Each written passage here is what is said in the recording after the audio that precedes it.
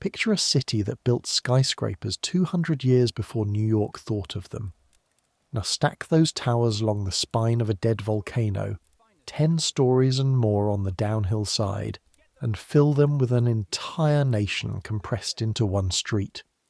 Add a judge sleeping 2 floors below a beggar, a countess's old drawing room cut into 4 rooms for 4 families, and one dark spiral stair that all of them, the judge, the beggar, the 4 families, must share every day of their lives. Add chamber pots emptied from the high windows with a single shouted word of warning. Add water that never comes to you, ever, but must be carried up on human shoulders, flight by flight, at a penny a load. That's the Old Town of Edinburgh in the 1820s. The most crowded square mile in Europe and the most vertical. A place where you could pass a professor of moral philosophy on the 3rd landing in the morning and step over a man sleeping off whiskey in the cellar mouth by evening, and neither of them would find that strange. We're going back there tonight, not as tourists craning up at the castle. We're living it. 1 year, 1 person, 1 stair. Everything she would have seen, smelled, heard and survived. So I make these history stories, and honestly, I still can't tell whether anyone actually sleeps to them, or whether you're all just weirdos who like hearing what it costs in shoulder ache and pennies to carry 2 gallons of well water up 9 flights of a black turnpike stair before dawn. Either way, subscribe if you want, get comfortable, here we go. One thing before we climb, because you should always know what's under your feet. The street is real. The towering lands are real, every story of them. The wells, the water caddies, the seat rents, the drained loch, the young man with the fire engines, and the terrible thing that happens in November 1824. All real, all dated, all in the record. But the record was written by the people at the bottom of the stair, the ones with lawyers and newspapers. The girl whose eyes you'll borrow tonight left no letters and sat for no portrait. She's stitched together from 100 like her, the way a shirt is stitched from pieces. Every piece true, the seams mine. I'll always tell you which is which. The yoke wakes you before your father means it to. Through the box bed's thin panel you hear it knock the turnpike wall. Wood on stone, then the 2 tin cans swinging on their chains, ringing soft like muffled bells, going down and around and down. 5 in the morning. He is trying to be quiet. A man cannot be quiet carrying a 5-foot wooden yoke down a spiral stair 4 feet wide in the pitch dark. But every morning of his life he tries. You lie still for the length of 1 breath, listening to him sink through the building. Knock, ring, knock, fainter, gone. 9 flights below you, the door to the wind thuds shut, and the whole land seems to settle back onto its foundations, the way a sleeper settles when someone leaves the bed. Then the cold gets you. It always does. It comes in under the blanket at the ankles first, patient, like something that has waited all night for its turn. Your breath shows even here, inside the box bed. A small grey ghost of you rising toward a ceiling you could touch if you sat up too fast. The garret smells of yesterday's tallow smoke, of damp plaster, of the oatmeal sack in the corner, of the herring your brother ate at midnight, and under all of it, faint and constant, the smell of the close below, that seep of soot and slops and cellar damp that lives in the stone itself and never leaves, the smell that is in your hair and your clothes and your skin, including you, especially you. Welcome to the Old Town of Edinburgh. It is November of 1823 and you are already late. Your name is Ailie Purves. You are 18 years old and you were born about 60 feet above the ground, in this same garret, at the top of Cantsland in Blackfriars Wynd, halfway down the south side of the High Street. Your father, Ailie Purves, is a water caddy, one of the men and women who carry the town's water up its stairs on their backs. Because in the old town, water does not rise to you. You go down to it, or you pay someone to climb with it. Your brother Tam is 16 and apprenticed to a slater, which means he spends his days on rooftops and his evenings telling you about them. Your mother died in the fever of 1819, in the box bed you sleep in now, and your father has climbed the stair every morning since as if the climbing itself were a kind of prayer he didn't have words for. You sew for your bread, shirts, shifts, hems, the fine white seams that ladies in the new town pay for without ever wondering whose eyes they cost. 6pence here, 5pence there, delivered by the dozen to Miss Lamond on the second floor, who deals with the shops so you never have to. You'll get to Miss Lamond. Everyone in this land gets to Miss Lamond eventually, but first you have to get up because the light is coming and light is money. A sewing girl who wastes daylight is a sewing girl who buys candles, and candles eat the profit off a shirt faster than hunger eats a herring. The floor is ice under your bare feet, not cold, ice. The boards are old ship's timber, your father says, older than the Union, and in winter they hold the nights chill until nearly noon. You dress fast and in order.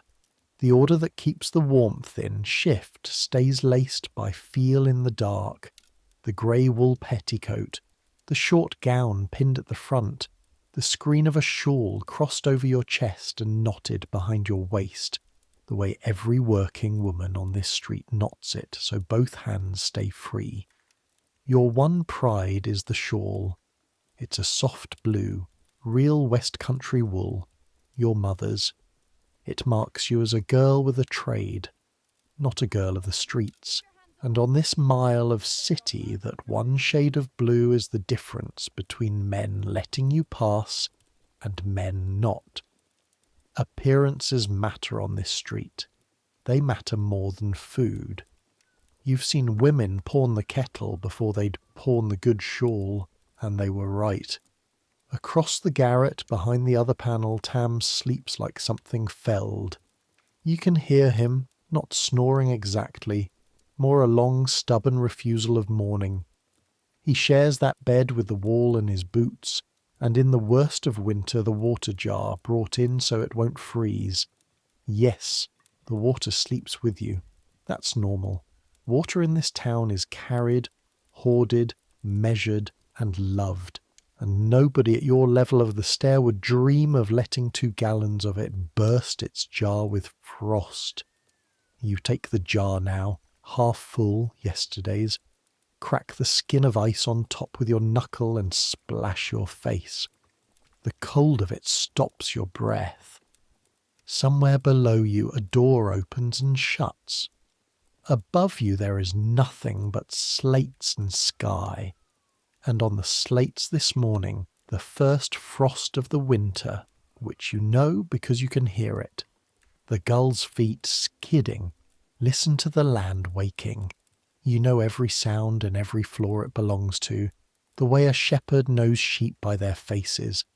That heavy triple knock is Widow Cleghorn across the landing, rapping her shoe heel against her hearthstone to shake yesterday's ash off it. The wheeze and clank underneath you is the Robertson's kettle chain. 4 floors down, a fiddle scale, quickly smothered. The law student who lodges with the Frasers, who is not allowed to play before 7 and tries every morning anyway. Below that, felt more than heard, the rumble of Mr. Todd taking the shutters off his shop at the Wind's Mouth, and under everything, up the coiled stone gut of the turnpike stair, comes the day's first thread of smoke. Someone's kindling caught, someone's porridge pot on, twisting up through the building like the land's own breath returning. 9 stories of Scotland under one roof. That's what your father calls Cantsland. and he's counting honestly. From the cellars that open onto the cowgate at the bottom of the slope to your garret under the slates. From the windside it looks a decent 6 stories, but the land is built on the flank of the ridge, and the ground falls away behind it like a wave dropping.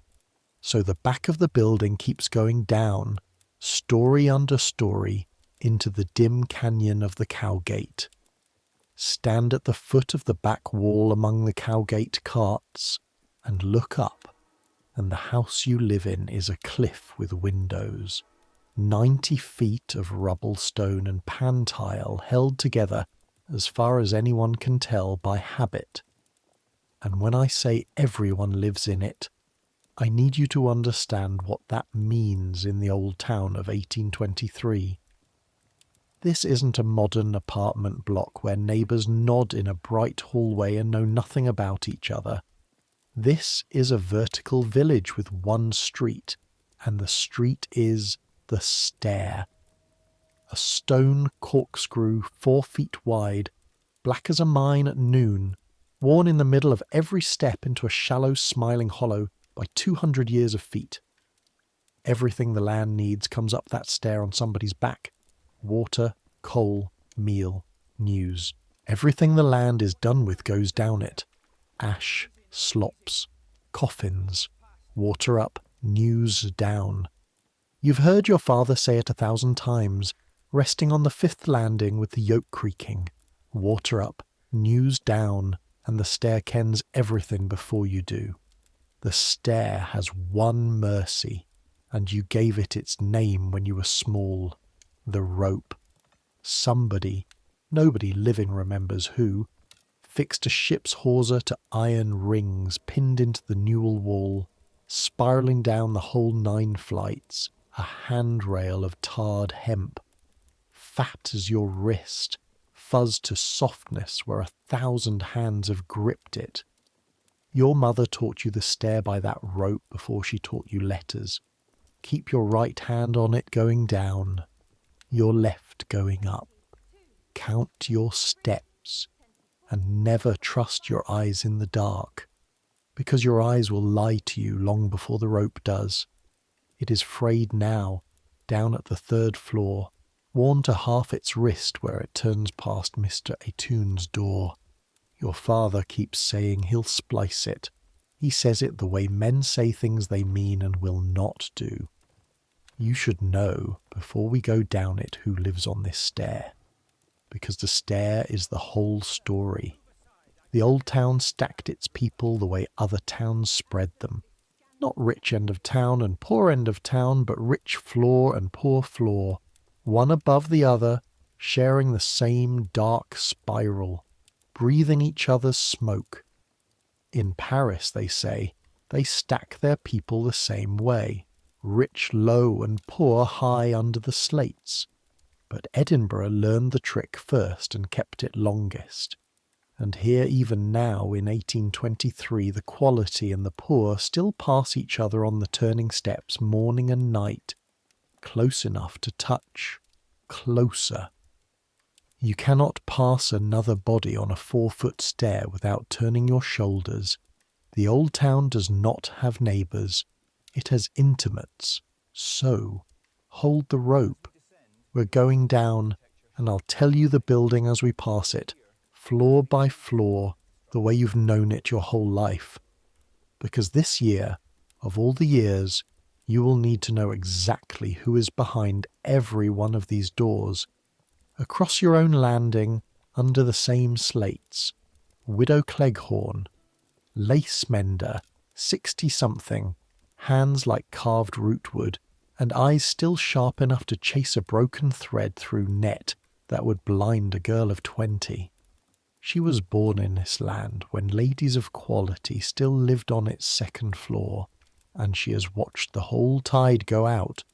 On her mantel shelf she keeps a cruise lamp, the old kind, the cruisy, a black iron dish with a lip for the wick, and a smaller dish below to catch the drips, and in it, always, one last finger's depth of oil that she will not burn. Not for company, not for hogmanay, Not for her own failing eyes. For an emergency, she says. Wit emergency, Widow Cleghorn? She never answers. She just moves the lamp an inch, the way you'd settle a sleeping cat, and goes back to her lace by the light of a fire made mostly of habit. Down one flight, the Robertsons, a chairman's widow and her 3 daughters, all in service down the hill, home on Sundays, and the Frasers, who let their best room to the law student with the fiddle. Down again, the Bells, he a compositor at a printing house in the Cowgate, she a binder of books, the 2 of them smelling always and not unpleasantly of glue and ink. Their 2 bairns raised on paper scraps the way other bairns are raised on sand. 3rd floor and mind the rope here, because here it's worn thin, Mr.At. Once, and he'll tell you this, he'll tell anyone this, he has told the stair this for 30 years. Once the whole of this floor was one house, and it was his. A writer to the Signet, a man of law, with a table that sat 12 and a view of the wind from 4 windows in a row. Then the new town happened. Town. His clients went down the hill to the wide bright streets one by one, the way teeth leave an old man's head, and the fees went with them, and now Mr. Atoun keeps 2 rooms of his own former 12, and other families keep the rest, and he lives behind his door with a wall of books, a decanter that is mostly for looking at, and his opinions. He is past 70. He wears his hair powdered, which not even judges do any more. When you were small, he seemed to you the grandest thing on the stair. He is still the grandest thing on the stair. There is just less stair under him every year. 2nd floor, Miss Grizel Amond, dressmaker and clear starcher, your pay mistress, of whom more shortly, because you will stand in front of her table within the hour and be found wanting, as you're found wanting every morning on principle. Beside her the Hendersons, excisemen both, brothers, who keep the only clock in the land that is trusted and know it, and make everyone ask. 1st floor, Mr. Todd's dwelling above his shop, and at the foot in the shop itself Mr. Todd, grocer, dealer in meal, salt, candles, whale oil, twine, and anything else the wind will buy. A round, quick, sandy man who has stood behind that counter since before you were born and extended credit to every family on this stair at one time or another, in a black ledger he calls the Book of Life. He means it as a joke. Nobody on the stair finds it funny, because it is simply accurate. And below the shop, half under the ground, where the land's foundation stepped down toward the Cowgate, these cellars. In the driest of them lives Hector MacNeil, a Highland chairman, one of the last of them. For 40 years Hector and his partner carried the gentry through these closes in a sedan chair. 2 men, 2 poles, 1 gilded box, upstairs and down winds where no wheel could ever go. Gaelic on his tongue, whisky on his breath by evening, a back like a door. But the gentry are down the hill now, where the streets are wide enough for carriages, and a hackney coach is faster and needs no man's shoulders. And so Hector's chair stands against the cellar wall, under a sailcloth like a coffin waiting for its trade to die. He carries coals now. He says the coals complain less than the leadies did. His laugh, when he makes it, comes up the stair all the way to the 4th floor. That is your land. Perhaps 80 souls between the slates and the cellar damp, and the one stair through the middle of them all like a wick through a candle. Down at the shop door the morning meets you properly. The wind is a slot of grey light between 2 cliffs of building, steep as a stream bed.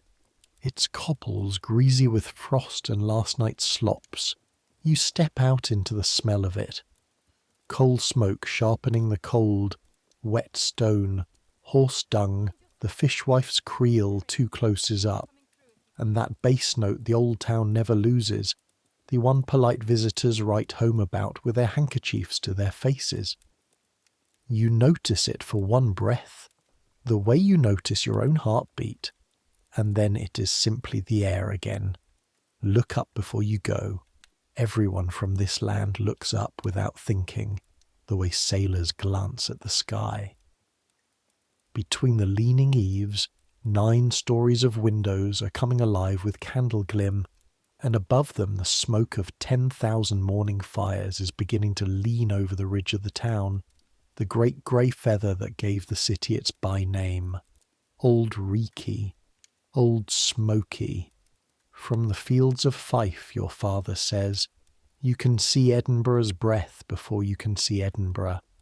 The high street catches you the moment you leave the wind's mouth, the way a river catches a burn. And when I say street, I need you to understand what this street is. It is a mile-long spine straight, running down the ridge from the castle at the top to the palace at the bottom. And for 300 years it was Scotland. Kings up and down it, parliaments beside it, riots along it, executions in the middle of it.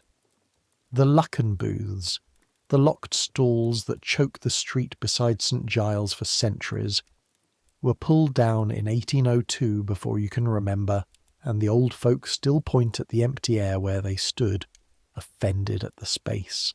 St Giles itself rides the ridge like a ship, and above it the famous crown steeple, stone arcs meeting in a spire, 161 feet of it, the one shape every exile from this city draws when you hand them a pencil. Down the slope at the corner where the South Bridge cuts across stands the Tron Kirk with its wooden steeple sheathed in lead, and between those 2 steeples the street tells its own time all day long. St Giles and the Tron, bell answering bell, the 2 clocks by which the whole old town rises, dines and sleeps. But you're not going down the street. You're going to the well because it is Tuesday, and on Tuesdays you fetch your own household's water and save your father's shoulders one climb. And besides, the well before 7 o'clock is where the old town tells itself the news. The wellhead by the Tron is a stone box the size of a watchman's hut with a brass cock on its flank, and at 10 to 6 there are already 11 people in the queue. You know because you count. Everyone counts. The queue is the first arithmetic every child on this street learns. 11 before you means perhaps 40 minutes, because the pipes from the new reservoir run slow as a lawyer's mercy at this hour, when every well from the Castle Hill to the Netherbow is drinking from them at once.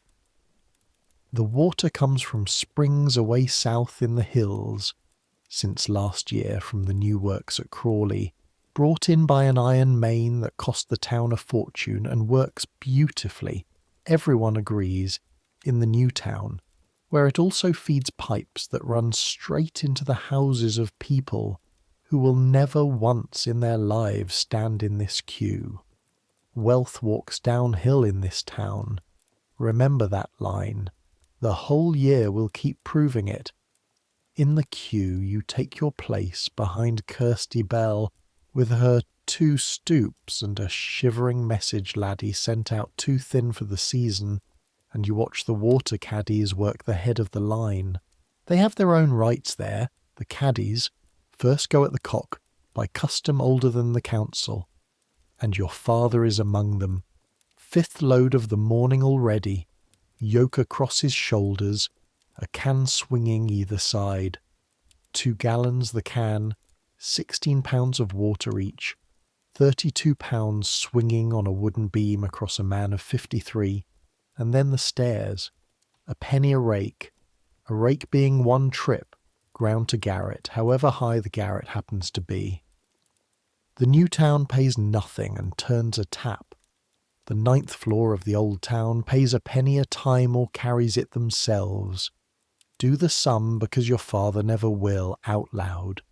30 rakes on a good day, half a crown near enough on the best day of his life, 2 shillings most days, less in frost when the queue eats the hours, out of it. The cans retinned twice a year, the oak's leather renewed, 3p a week to the caddy's box that buries their dead, and the rent of your garret £8 by the year, due quarterly to a factor whose employer none of you has ever seen. That difference of between 2 shillings and half a crown, between 30 rakes and 20, multiplied across a winter, is the difference between a family that eats meat on Sunday and a family that remembers meat. It is a living made of stairs. He has climbed, by your own reckoning, the height of Ben Nevis every 10 days or so for 30 years, and he has never once seen Ben Nevis. And he keeps the accounts of it in his pocket, in wood. The tally sticks. A bundle of hazel slips bound with twine, 1 stick for every household that takes its water on credit and settles by the week or the quarter, a notch for every rake, a cross-cut for every 6p paid. The stick split down its length so the household keeps 1 half and your father the other, and the grain of the wood is the signature no one can forge. Lay the halves together and the notches marry or they don't. Half the poor of this street keep their debts in wood. It is older than banks, and on this stair better trusted. Your father's bundle holds maybe 20 sticks. You have watched him by the fire on Saturday nights, feeling along the notches with his thumbnail like a blind man reading, and you know, though he has never said it, that the bundle is thinner than it was.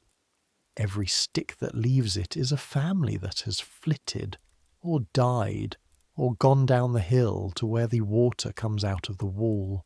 "They'll pipe it up the lands next," says Kirsty Bell in the queue, nodding at the brass cock, "and then whittle your feyther day." "They'll never get the pressure," you say, because that is what your father says, and because it is easier than the truth, which is that one day they will get the pressure.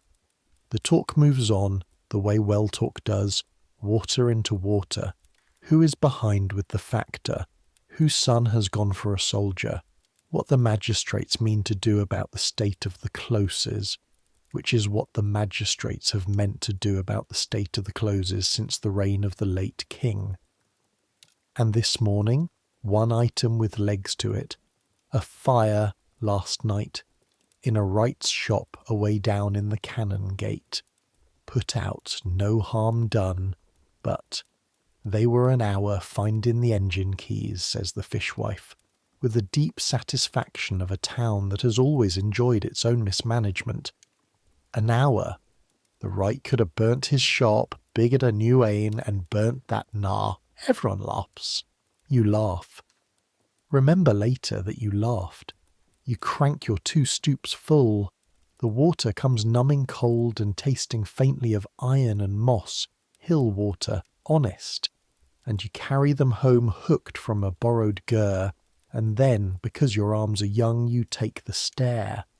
9 flights, £32, the rope sliding under your left hand, your breath loud in the dark. By the 4th floor your fingers are burning. By the 6th your shoulders have joined them.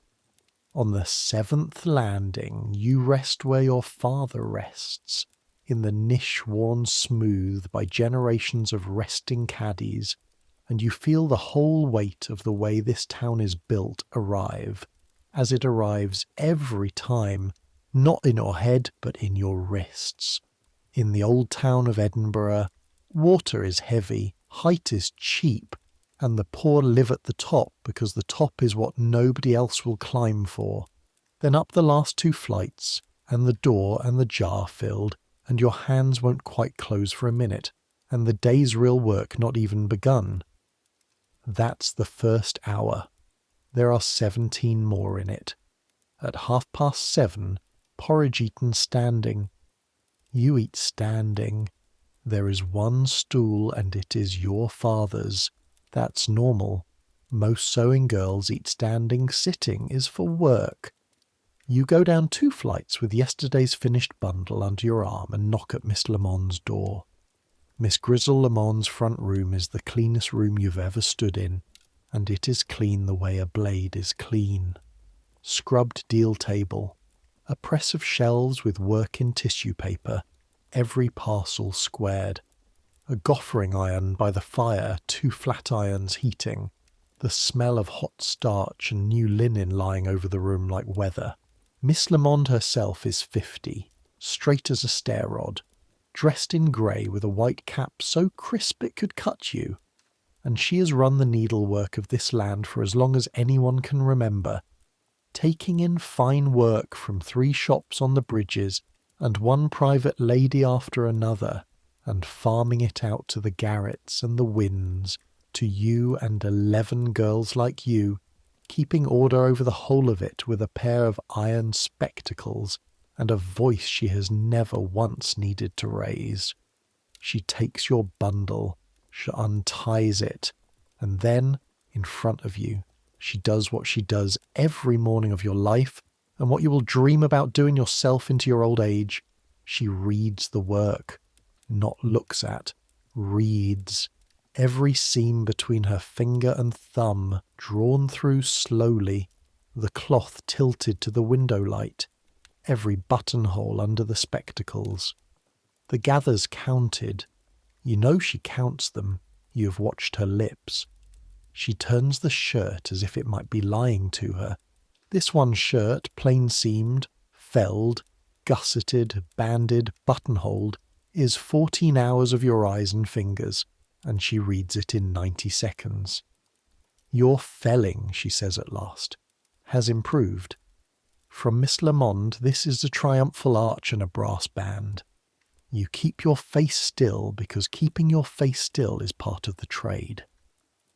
The buttonholes are no better than they were on Friday.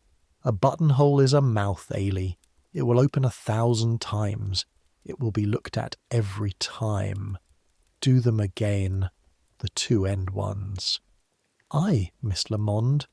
She pays you for the week's dozen, 5 shillings and 10 pence, counted onto the table edge in silver and copper, and every coin of it is accounted for before it is yours. Here is the arithmetic your whole roof stands on, so look at it squarely. A plain shirt brings the shop half a crown, of which the shop keeps a shilling for being a shop, and Miss Lamond 4 pence for being Miss Lamond, and the sewing girl 6 pence, 5 pence if trade is slack. 14 hours of daylight in a summer shirt. In winter the same shirt swallows candlelight too, and a pound of tallow candles is 9 pence, and a candle burns 4 hours. So a winter shirt can carry 2 pence of its own lighting inside it, which comes out of the 6 pence, which is why every sewing girl in this town chases the window light around her room all day like a cat following a sunbeam, and why your stool stands hard against the garret's one window, and why in January you will sew with your breath falling white onto the very linen. 6 pence the shirt. A Newtown gentleman will put it on without once wondering why the stitches run 40 to the inch. They run 40 to the inch because Miss Lumman reads them. You're threading up at the table with the 2 shirts to mend when the message comes that bends the whole day. A boy from Macfarlane's shop on the South Bridge, breathless, with a parcel and a note. Miss Lamman reads the note twice. Something in her face closes 1 degree further, which for her is an outcry. Mrs. Colquhoun of Heriot Row, she says, has returned the police. The room goes quiet the way the stair goes quiet when a door slams high up. You know the police. You know it better than you know your own 2 hands, because for 6 evenings of last week it was your own 2 hands. A fine wool pelisse, plum-coloured, sent up from the new town for altering, the sleeves to be brought into the new narrow fashion and the trimming, a fall of corded silk bows down the front, taken off, remade smaller, and set on again in the new way. Miss Lamond gave the sleeves to a girl in Todrick's Wynd, and the bows to you, because bows want a cool hand, and you remade and set 11 bows by candlelight with stitches you would defy the Queen's own needlewoman to find, and Miss Lamond read the work before it went down the hill and past it, and Miss Lamond passes nothing. The note says the work is ill done. The work is...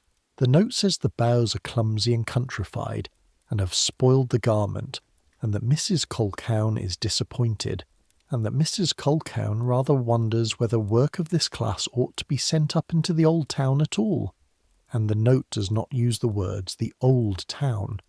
It uses the words such places. Miss Lamond unpins the parcel and lays the police on the scrubbed table, and the two of you look at the booze in silence. The booze are correct. You know it, the way a mason knows plum. Miss Lamond draws one through her fingers, tilts it to the light, turns its underside up, and you watch the verdict form behind the iron spectacles. The bows are correct, she says. That wasn't the point. You both know it wasn't the point. Somewhere down the hill, in a drawing room with water in the walls, a lady has looked at a garment altered perfectly to the fashion, and has not liked the fashion on herself, or has quarrelled with her sister, or has merely remembered that the hands that touched it live 9 stories up a stair in such places, and there is no seam in the world fine enough to close that. The police will be done again. The doing again will be paid for by nobody. Not the shop, which cannot charge a lady twice. Not Miss Lamond, who did not err, by you, whose evenings it will eat at the wage of nothing a night. That is the sewing trade. The work climbs down the hill dressed in tissue paper, and the blame climbs back up, and both of them are carried, like everything on this street, on somebody's back. I'll take it back the night done, you say. You will take it back Thursday, says Miss Lamond. Done, and you will carry it yourself, and you will say nothing at that door but yes, madam, and no, madam. A still tongue has carried more work up this stair than a clever one ever did. She folds the note away into the drawer where she keeps, you suspect, 30 years of such notes. And Ailie, the bows were correct. Twice in one morning, you go back up the stair with the police over your arm and the 2 coppers of anger burning in your chest, and you sew until the light dies, and then you sew past it. Thursday then, understand what it means, on this street, to walk down the hill. You go out the wind's mouth, down the high street to the North Bridge, and you cross. The bridge strides out from the old town's flank on its huge arches, and below it, where your grandmother once watched women trample linen in tubs at the edge of a stinking loch. There is no loch at all. The Nor Loch, the drowned moat that held the old town against its ridge for 400 years, the pond of suicides and slops your father swam in as a boy, against every law of God and the council, was drained before you were born, and its bed is raw earth and planted saplings now, a garden being invented, mud becoming lawns. The town used to end at water, now it ends at scaffolding. And on the far side the other Edinburgh comes up at you all at once, the way a curtain going up hits the eye. Streets wide enough to turn a coach and 4, stone the colour of fresh honey, sawn straight, laid level, not a wall out of plumb from Prince's Street to the Firth. Windows tall as doors, doors with brass on them polished to water, and the whole of it running in parallel lines to the far grey glitter of the sea, laid out on paper by a young man called Craig in 1767, and built, street by street, in the 60 years since. The new town, the biggest thing Scotland has made since Scotland stopped being a kingdom, and it was made out of the old town's pocket, and everybody on your stair knows it. And when I say the gentry left the old town, I need you to understand it was not a drift, it was a desertion. Within one long lifetime, within Widow Cleghorn's lifetime, she will give you names. The whole governing class of Scotland picked itself up out of the lands and closes where it had lived since the Stuarts. 10 stories stacked over shops, judges over fishwives, and walk down the hill into the grid. The old town's great flats, the ones with the painted ceilings and the good panelling. Mr. Eaton's 12 rooms went first to half-pay officers and then to tradesmen, and then to whoever could pay quarterly. And then the partitions went up. Rooms split from room, and the families came in, one to a room, then 2. The building you live in once housed 9 households. It now houses close to 30. Rents by the room went up as the people got poorer, because there were always more people. Handloom weavers washed out of their trade. Highland families cleared off estates. Irish come for the harvest who stayed. The stone did not change, only everything in it. Heriot Row, when you reach it, is so quiet you can hear your own boots offend it. A double row of doors like lieutenants on parade, and behind each one, because the whole old town knows, the way the poor always know the arrangements of the rich, a cistern in the roof, and pipes down through the house, the Crawley water rising to the 3rd floor by its own pressure like an obedient spirit. No yoke, no queue, no stair with a rope. You stand at the area railing of Mrs. Colquhoun's house with the parcel, and you're let in at the basement door by a cook who looks at your shawl and prices it, and you stand on stone flags in a kitchen bigger than your garret while the parcel goes up, and you wait, and the kitchen is warm, and the warmth is somehow the worst of it. The verdict comes down by the same maid who carried the parcel up. The police will do. No madam behind it.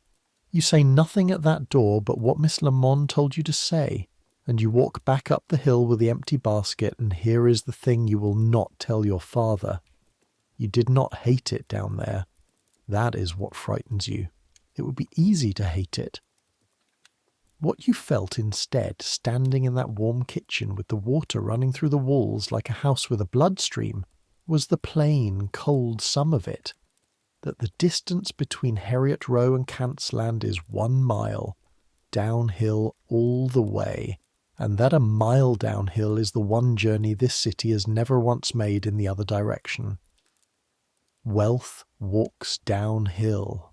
Water climbs on backs. You climb home in the dark, and the Tron strikes 6 above you as you turn into the wind, and from the 9th floor as you look up, your own window shows one small square of firelight, high and far away as a low star. That could be you, the light says. It is you. That is the trick of this town. From the street, even your own life looks like something to climb to. Sunday is the one day the stair changes its sound. No yoke at 5, no fiddle scale. Instead, from first light, the whole land washing and brushing and pinning, 80 people making themselves decent in relays at windows and basins, and then, at the first jow of the bells, pouring down the turnpike in their blacks and their braws like grain out of a lofted sack. Edinburgh keeps the Sabbath the way other towns keep a siege. Shops shuttered, songs indoors, the very street walking slower. Your family's kirk is the Tron, at the corner where the South Bridge meets the High Street. 2 minutes' walk and 180 years of habit. Purveses have sat under that lead-sheathed wooden steeple since before anyone kept count. And you do not simply walk in and sit because a seat in an Edinburgh kirk is not a mercy, it is tenancy. Seat rents, every pew let by the year, the fine folk in the fine pews at fine prices, and away up in the loft where the pillars cut the minister in half, and the preaching arrives a half-beat late like an echo of itself, the 3-shilling sittings of the poor. 3 shillings a year for your family's stretch of bare board, paid at Whitsunday to the kirk officer, and in exchange the token. A small stamped disc of lead, the kirk's own coin, proof of your right and your communion, and your father keeps the household's tokens in the same pocket as the tally sticks, wood and lead together, all the accounts of his life riding on one hip. You have turned that token over 100 times. It is the one coin your family owns that buys nothing and is worth the most. It says, "In metal we belong on this street." When a family finally goes under, flitted at night, furniture down the stair on a barrow, it is the token they leave behind on the mantel, and everyone who has ever seen one left knows there is no quieter way a town can say defeat. Up in the loft this Sunday, you sit pressed between Tam, scrubbed raw and smelling of soap and slate dust, and Widow Cleghorn in her black, and below you the kirk breathes and coughs and rustles, and the minister deals with the prophet Amos at his leisure, and your eyes do what they always do. They climb, up the pillar, up the gallery front, up into the dark timber work of the steeple, over the crossing, the great old Dutch-looking spire you have steered home by your whole life. Wood at the heart of it, 140 years old, dry as biscuit, dressed in lead. You have never once thought about that. Nobody in the Tron loft has ever once thought about that. A steeple is a thing that tells you the hour and holds up the weathercock, world without end. Afterwards, on the kirk steps, the street does its real Sunday business. Everyone reads everyone. Who has new blacks and who has turned their old coat? Whose daughter is suddenly not at kirk, and why might that be? Mr. Etuna tends the high kirk, of course, St. Giles with the advocates, but he pauses at the Tron corner on his way back. Cane, powder, hat brim like a level line, and gives your father the small bow he gives him every Sunday, one steeple's man to another's, and your father returns it exactly. 30 years, that bow, twice the length of your life. Neither man has ever been in the other's room. On the stair they know each other's tread in the dark. This town is stitched out of such threads, thousands of them, and you will learn before this story is done exactly how much weight they carry. Sunday ends at dark, but Saturday, go back a day, because you cannot know this land and skip its Saturday nights. Saturday ends underground. Lucky Fife keeps her house 3 doors down the wind, in a cellar that was an oyster cellar in the grand days, when it was the fashion for the quality to come up from their new bright squares and eat oysters by candlelight among the poor for the thrill of it. The quality stopped coming years ago. The cellar stayed. You go down 8 worn steps below the level of the causeway, under a lintel that has taken the head off every tall man in the parish, into one long, low, vaulted room. Stone walls sweating, sand on the floor, a fire at the far end, tallow dips on the tables, and the smell. Oyster brine and pipe smoke and wet wool and singed fat and spilled ale, all of it kneaded together by 150 years of Saturdays until it is less a smell than a place. Lucky Fife herself is broad as her own fire, apron like a mainsail, and she runs the room with a look the way Miss Lamond runs needlework. They have never met, those two. They are the same woman at 2 different fires. Your father takes his 1 gill of whisky at the second table from the door, Saturdays only, and makes it last 2 hours, and this is where you bring your mending on a Saturday evening and sit beside him, because the house is warm and the garret is not, and a girl at her father's side with a needle going is safe here as kirk. Understand the drink, though, because the drink is the ghost at every wall of that warm room. Whisky is the old town's cheap oblivion, the way gin was London's. Since the New Act this very year of 1823, the licensed stills have made it lawful, better and cheaper, and threepence buys a working man's forgetting, and in the darkest closes there are rooms that are nothing but a barrel, a board, and bodies. You see what it does. You have seen it since you could see. The mason from Skinner's Close who drank his tools one pair at a time, mallet, then chisels, then the level his father left him, and now carries a hod for the men he once mastered. The women, always a few, always at the dimmest table, who sit down at 6 already gone and are poured out at midnight into the wind's cold like something emptied. Nobody remarks it. This happens every Saturday. This is normal. That is the most Old Town sentence I will say all night. This is normal. But so is this. Hector MacNeil by the fire with his coat steaming, telling the room, half in English, half in Gaelic, the Gaelic parts always, he swears, the true parts, about the night in the year in '92 he and his partner carried a Lord of Session home in the chair, through snow to the chin, and the great man sang inside the box like a linnet in a cage the whole way, and tipped them a guinea at his door and swore them to silence, and Hector has kept the silence faithfully every Saturday night since, at increasing volume. The room roars. It has heard the story 50 times. That is why it roars. And you sit stitching in the warm fat light with your father's shoulder against yours and the story washing over you. And this too is the hidden life inside the old town, and no traveller with a handkerchief to his face on the high street above will ever know it happened.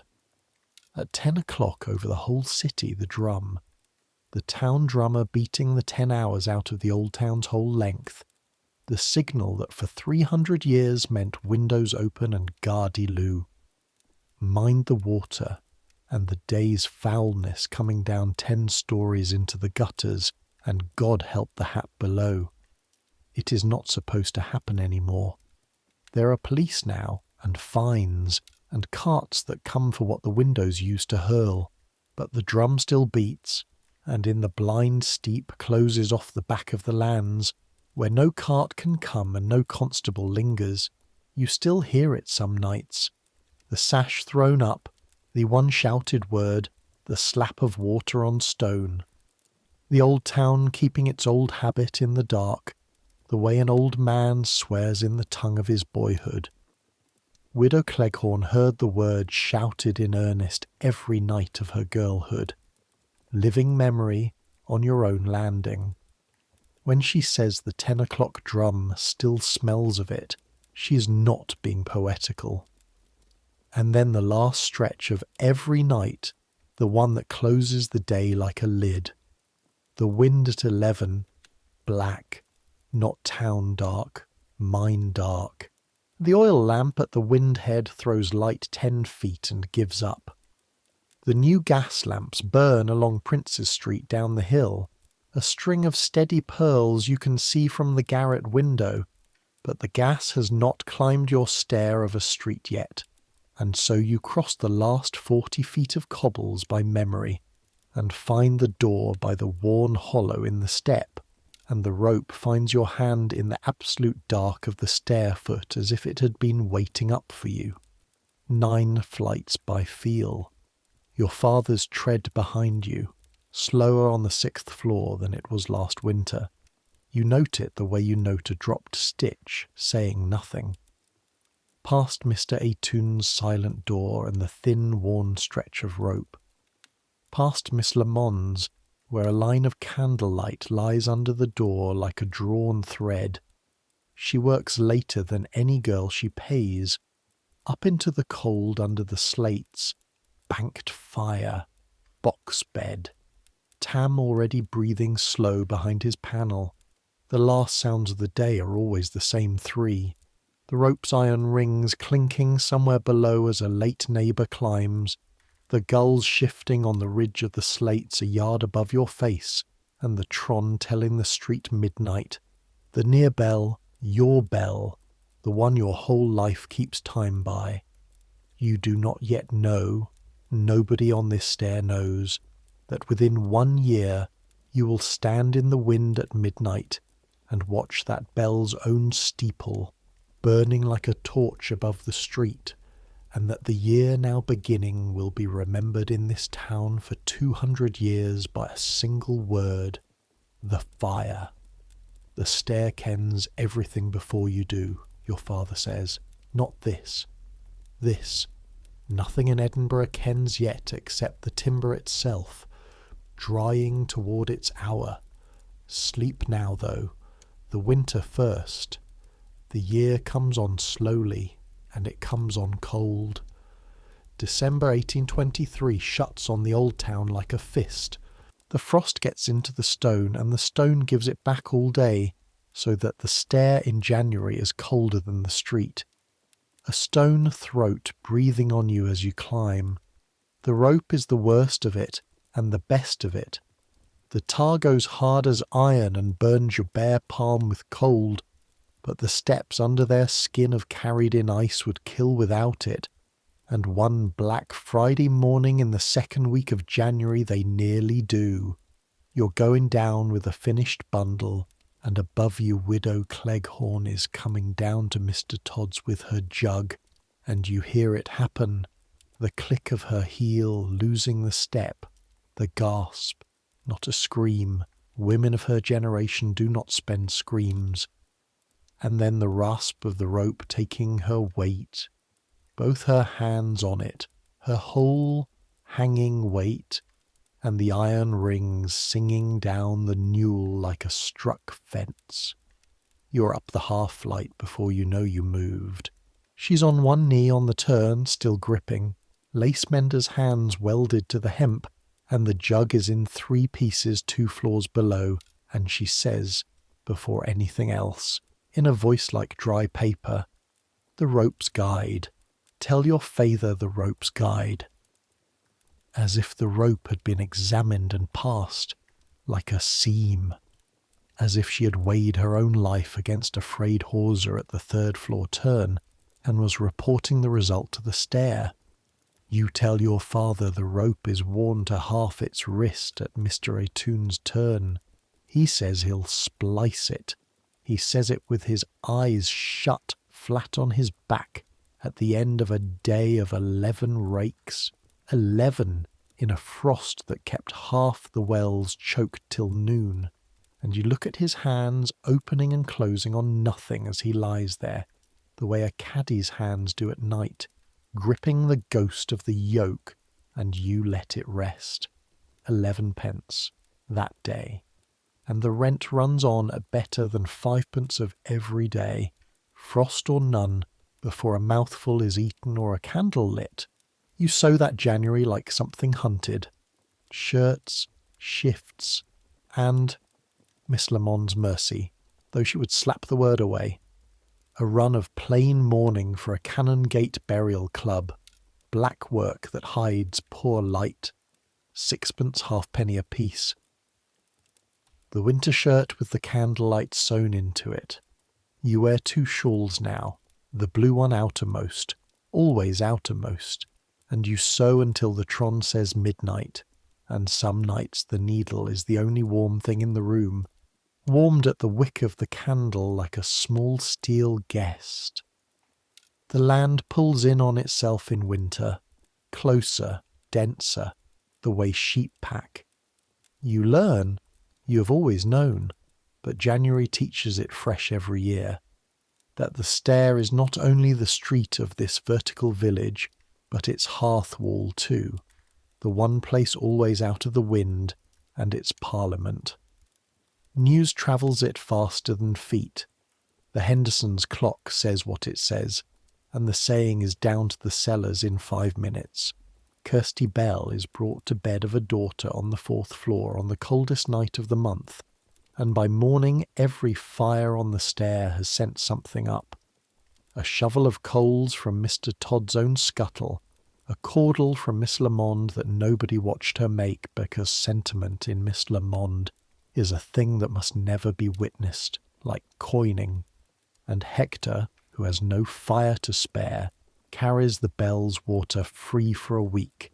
yoke borrowed from your father, a chairman's shoulders making a joke of 9 flights, and when Mrs. Bell tries to thank him at the stair foot, he becomes entirely Gaelic and escapes into his cellar like a tide going out. That is the machine you live in. From the street it is a slum, and the street is not wrong. From inside it is a warm animal of 80 bodies, and the stair is its spine, and the winter is long, and everyone on it is 1 bad quarter from the mantle and the left-behind token, and everyone knows it, and that knowing is the warmth, if you want the truth of it. Nobody holds so hard to their neighbours as folk who may need carrying. In March, a thing happens that the stair will chew on till summer. Mr. Atoun's nephew comes. You see him on the turnpike, a smooth young advocate glowing with Heriot Row, stepping round the worn rope turn with distaste for the whole spiralling world of it, and the stair, which hears everything. The stair has no opinion of eavesdropping. The stair simply has ears. The stair hears him say that the family has taken a flat for his uncle in Great King Street, airy and dry and served by pipes, and that this house, uncle, is no longer a place. And Mr. Atoun's voice, 70 years of pleadings in it, comes back through the door panel clear as the Tron bell. This house was Scotland, sir, when Great King Street was a sheep park. I'll thank ye to leave the flitting of me to my executors. The stair carries it down all 9 floors by nightfall, word perfect. Lucky Fife drinks his health on the strength of it. Your father laughs for the first time since the frost came. Nobody says the other thing, which is that the nephew will come back. Nephews always come back. And that every spring the ceiling of Mr. Atoun's back room grows its damp map of the world a little wider, and that a man of 76 cannot winter forever in a dying house out of principle. Almost forever, perhaps, not forever. April opens the town like a window, and with the first true drying wind comes the day the whole female Old Town moves at once. Wash day, the great spring one, the boiling of a winter's linen, and for it you go where your mother went and her mother before her, out the wind, down the slope, south past the university's new stone face to the meadows. The long green common lying in the hollow where the Burg lock used to stand, a lock drained into meadow within living memory, so that the town's linen now dries white, and flapping over ground where eels once swam. Your grandmother washed at the edge of water your mother never saw. Your mother dried sheets on grass her own mother never walked. That is how fast this city is changing under you, a loch to a lawn in 2 generations, and nobody thinks it strange, because everyone is too busy carrying. Wash day is brutal, and it is the best day of the spring, both at once, and any woman on your stair would say so in those words. Fires under the coppers from 7, the water hauled, the lie stinging every crack winter left in your knuckles, sheets wrung 2 women to a sheet, twisting against each other like a country dance with your forearms screaming, and the whole time, the crack, every kitchen and garret from the Castle Hill to the Pleasance emptied out onto 1 green under 1 big rinsed sky, and the talk running loose the way it never can on the stair where every word has an address. You lie at noon among the whitening linen with bread and cheese, arms dead, hands boiled scarlet, hair coming down, 18 years old, and the sun leans on your face for the first time since September, and the linen cracks its whip softly all around, and from the grass the old town on its ridge is a single grey, saw-toothed creature wearing its smoke like wool, and you think, without meaning to think anything, from here you would never know. You would never know what it costs to keep that creature in shirts. All its hidden life, The stairs, the ropes, the tallies, the tokens, the sixpences. None of it shows from a meadow. A city keeps its work the way a shirt keeps its seams, turned inward against the skin. Summer then, the long light. In June and July, daylight is money in the bank. You sew by the window till after 9 and the candle account sleeps, and Miss Lamont's parcels thicken, because summer marries off the new town's daughters, and every one of them goes to her husband on a river of white sewing that rises shift by shift out of garrets like yours. Tam turned 17 on a rooftop in the Lawn Market and comes home burnt brown, with Slater's hands now hard as horn, and a Slater's way of standing at the garret window judging every ridge and skew on the south side of the High Street by name. He is easy up there as a gull, your brother, and it pleases him to horrify you with it. 4 stories, 6, 9. Height means nothing to him. Height is his wage. And twice that summer, the town smells smoke in the night. The first is small. A baker's flue in the grass market out by dawn, a black tongue up a gable and a week of talk. The second is not small. On a night at the end of June, a fire takes hold at the head of Royal Bank Close, hard by St. Giles, and does not stop at a tongue. It opens a red throat over the roofs, and the whole upper street turns out in its shirts, and you stand at the windhead with half your stare, a quarter-mile off, watching sparks go up over the ridge like a burst of red starlings, hearing the deep, busy mutter a crowd makes when it is afraid and interested at once. It is put down by morning. Nobody of your acquaintance is the worse, but it is close and it is high, and the engines, you hear this at the well, at the Howff, on the stair all that week. The engines were late again, and short of water again, and no man's to command again. The insurance companies cruise, each minding their own company's plated buildings. The town's old engines under lock, ministers of the law and captains of police contradicting each other in the street while it burned. The Wright's shop, the baker's flue, Royal Bank Close, 3 warnings in 9 months, each louder. A city built of stone, everyone says, comforting themselves. Aye, says your father, into his gill, a city faced with stone. And what's a hint the face? Lathant pine, lass. A stone town we're timmer heart. The town's own council has been saying something like it for once. Through that summer there is talk, real talk, printed talk, of putting all the engines under one command, of hiring men and training them, of a fire establishment for the whole city, the first of its kind anywhere, and the name attached to the talk, when it firms up in the autumn, means nothing to you or to anyone on your stair. A young man, a builder's son from the other side of the loch that was, not yet 25 years old. Braidwood. You hear it first from Tam, and you hear it the way the whole trade hears it, with a jerk of the chin, because the word among the building men is that this Braidwood will have no gentleman volunteers and no insurance company favourites in his new corps. He wants tradesmen, slaters, masons, wrights, plumbers, men who already know roofs in the dark, who can climb wet stone in wind and read a burning house the way a mason reads a wall, because they built the town and will know best how to take it apart. Slaters, Ailie, says your brother Tam, 17 years old, standing at the garret window with the whole smoky ridge of the old town laid out below him in the evening light.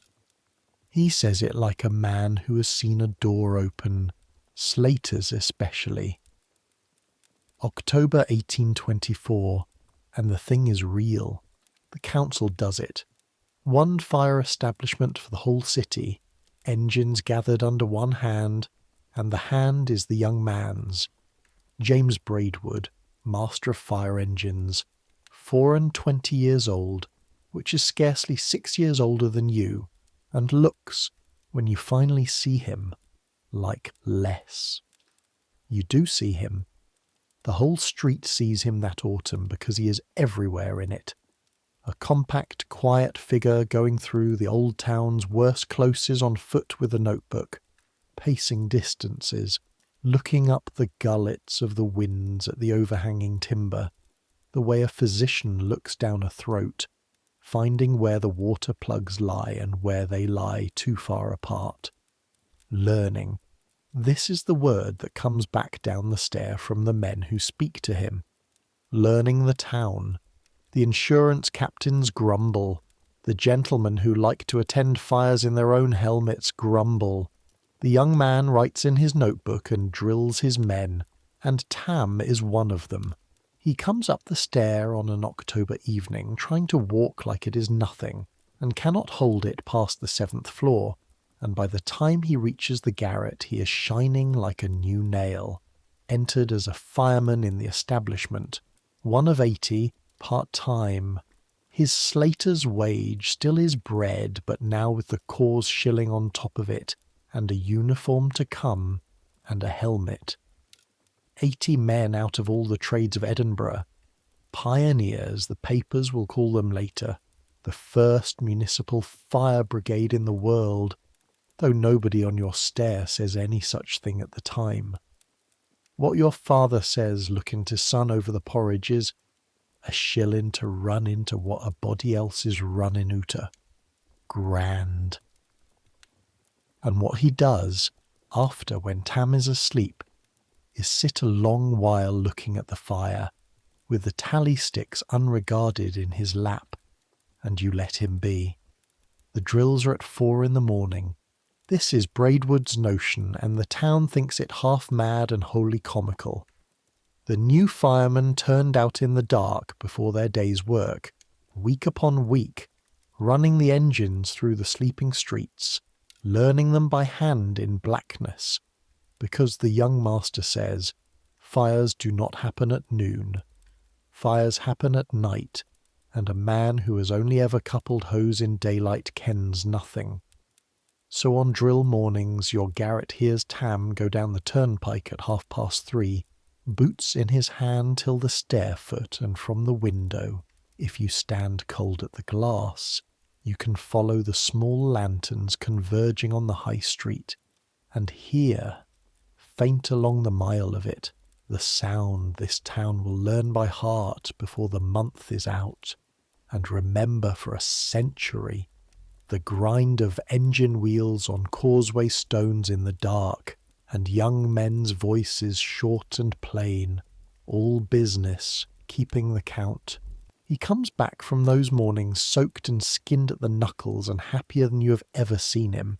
And he talks, Tam, who never had 3 sentences together in him before, about branch pipes and dam boards, about drawing water from the draw wells when the plugs fail, about how the master makes them go into smoke-filled rooms bent double because the air lives at the floor, about ladders and ropes and the reading of walls.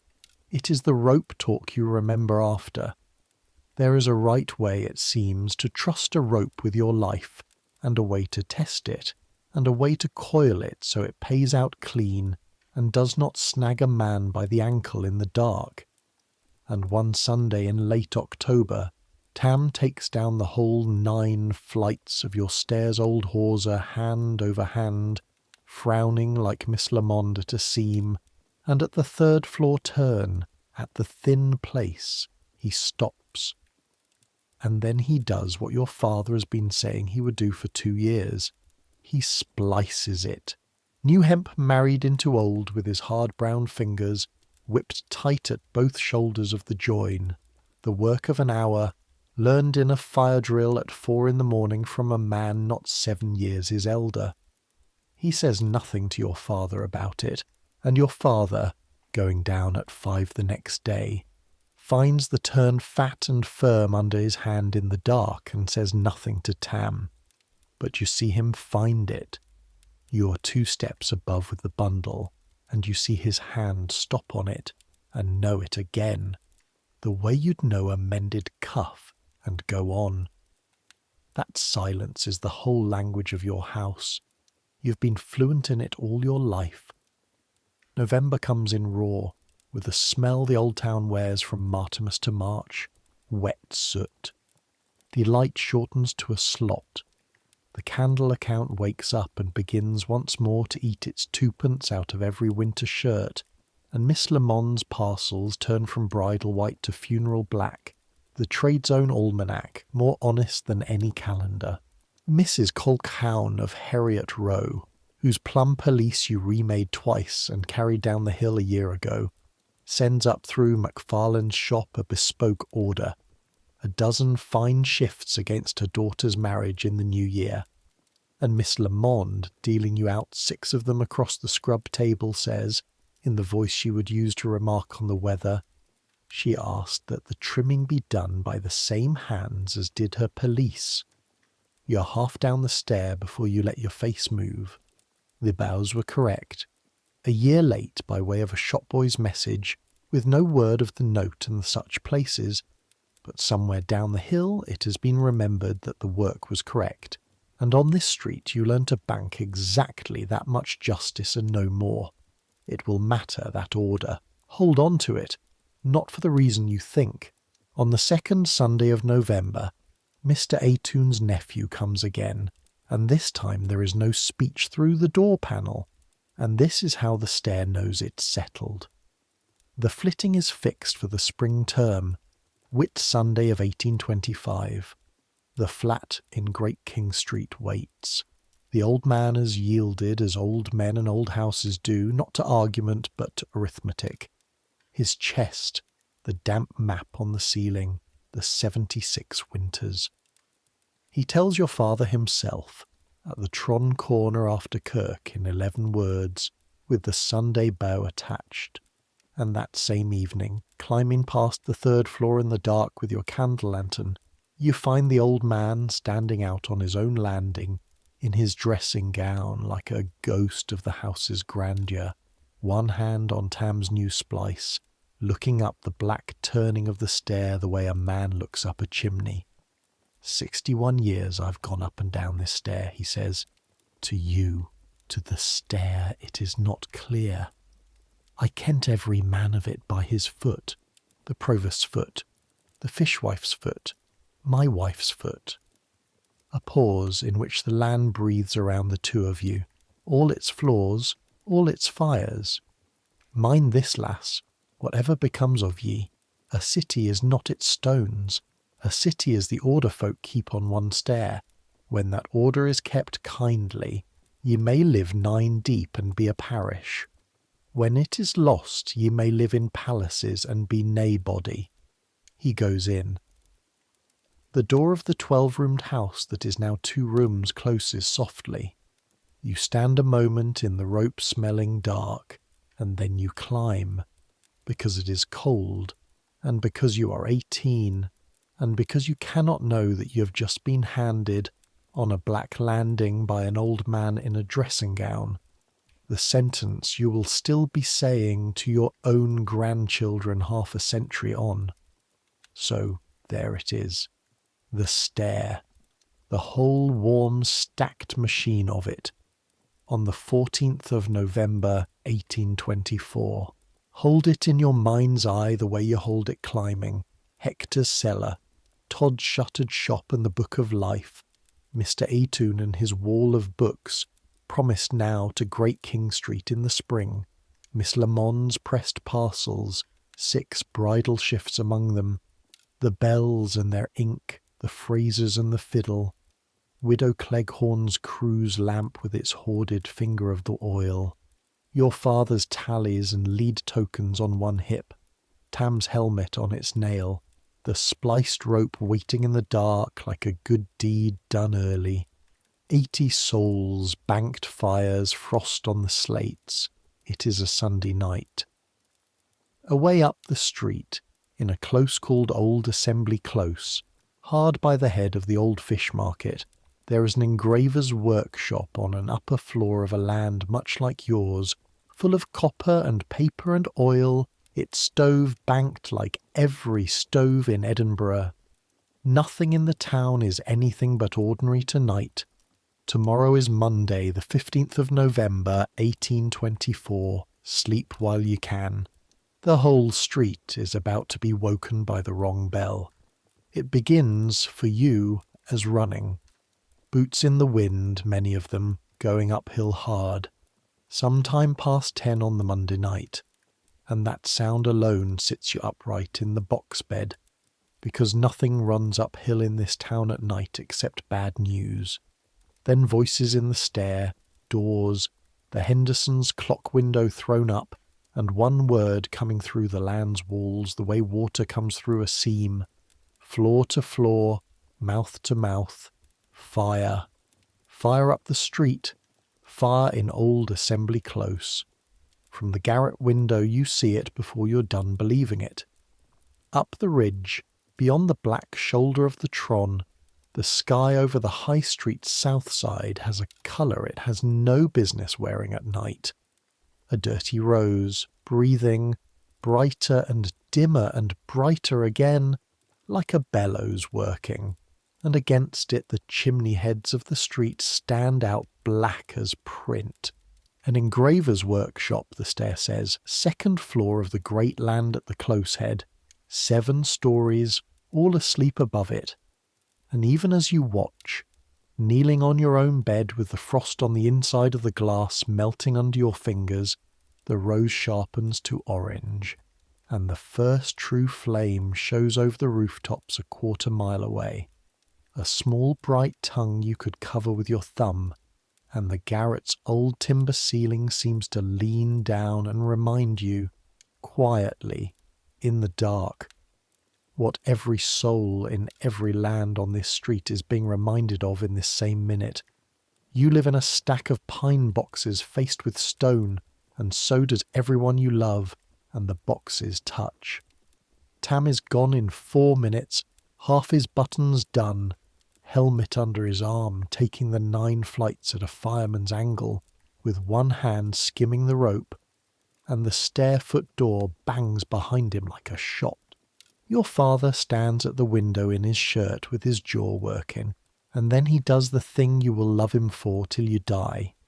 He goes to the corner and picks up the yoke. They'll want water afore they want pity, he says. Bide with a widow, I'll no be far. And he is away down into the same darkness, 54 years old, cans ringing, and you and Widow Cleghorn stand at her window on the other side of the landing. Hers faces west, straight up the street, and watch Edinburgh's 400 years of luck run out. I will tell you what the record tells, and what your own eyes take, and they are the same, because this fire was watched by 10,000 people from windows exactly like yours. The flames come out of Kirkwood the engraver's second floor, and go up that 7-story land like a ladder. From the high windows above the workshop people are got down. The stair holds long enough this first time, and then the building simply becomes a chimney, every window a grate, and the fire walks off the close head into the next land, and the next, downhill and south, into the packed old timber winds between the High Street and the Cowgate, where the buildings lean so close a burning curtain can light its neighbour across the gap like one candle lighting another.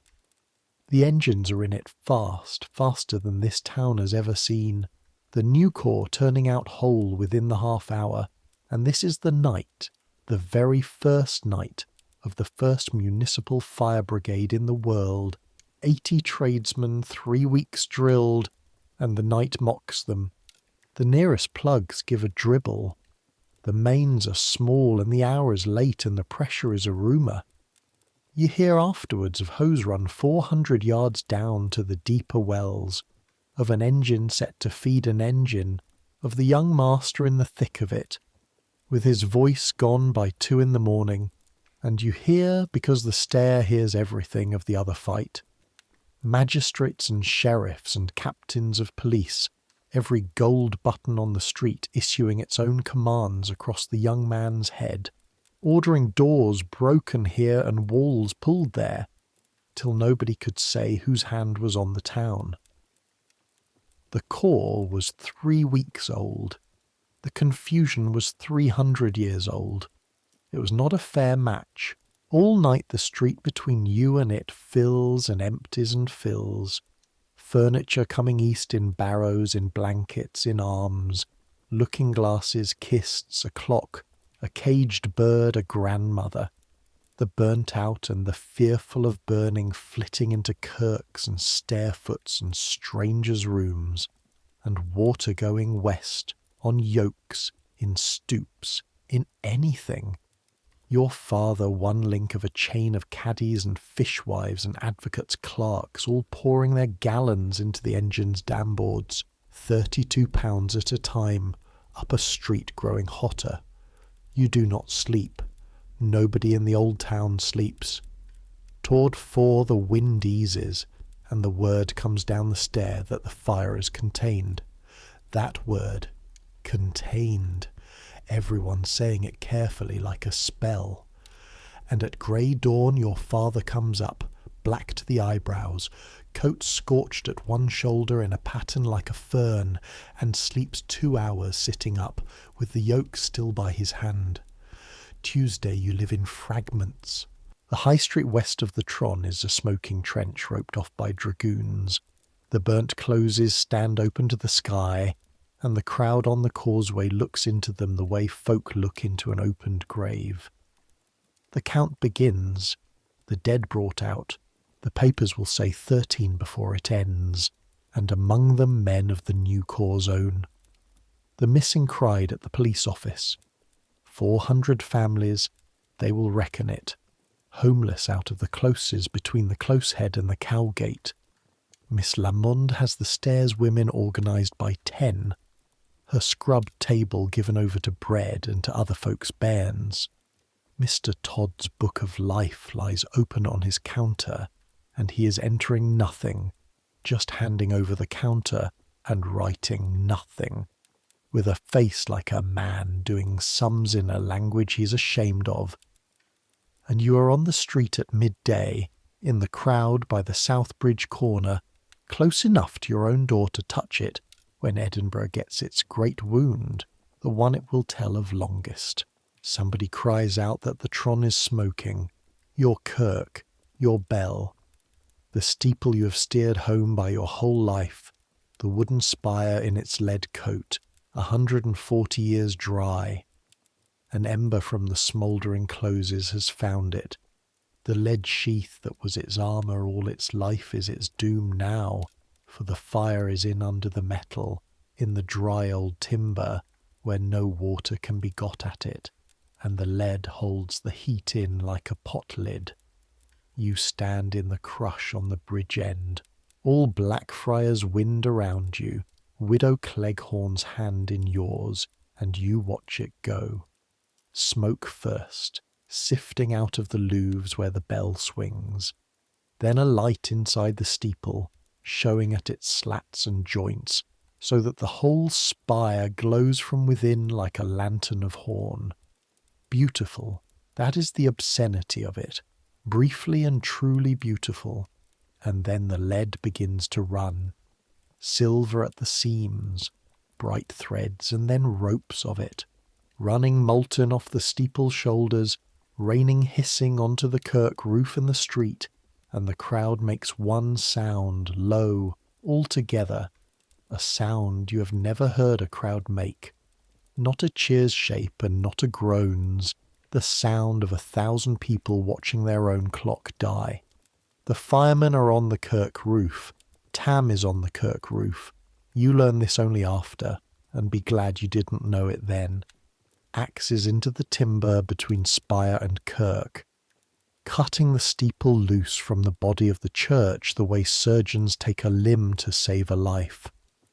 Within the half hour the spire's frame stands out black inside its own flame, a burning drawing of itself, and then it comes down into the shell of its stump with a roar and a granary of sparks, and the bell that told your street its every midnight comes down with it. And after that the Tron told no time, and the High Street's afternoons were never quite certain again. The kirk itself they save, the limb bought the body. Remember that. On the nights this story gets heavy, the trade worked. It cost the steeple, and it worked. You think it is over then. All Tuesday evening the town thinks it is over. Burned out, contained, the word again. And then, near 10 o'clock on the Tuesday night, 24 hours, almost to the minute from the first alarm, the cry goes up from the other side of the smoking ground. And it is not the old fire crept forward. It is a new one, high up, away up at the very top of the tallest inhabited building in Edinburgh, an 11-storey land in Parliament Square, above the lawyer's own close, hard by St. Giles. And how it began no one will ever settle, embers on the wind or the devil's own arithmetic, and it does not matter, because there is no reaching it. The fire is born higher than any ladder in Scotland, higher than any engine can throw, at the top of the stacked world, and all the town can do is what you do. Stand in the streets of a November midnight, 10,000 of you, and watch a high-rise burn downward, floor through floor through floor, the windows lighting one row after another like some terrible advent, until the flames stand off the summit of the land with the castle black behind them and the light of it shone. The country folk said after, on the clouds over 3 counties, St. Giles itself stands so near that the crown steeple glows rose-colour above the smoke, 161 feet of stone tracery lit like a chandelier, and men weep looking at it, waiting for the fire to take the very crown of Scotland, and it does not. Stone and luck, and the young master's men on the leads of the cathedral with wet blankets, and it does not. That is the night your own margin is decided, and you are packed for flight when it is decided. The wind is easterly, then westerly, then nothing.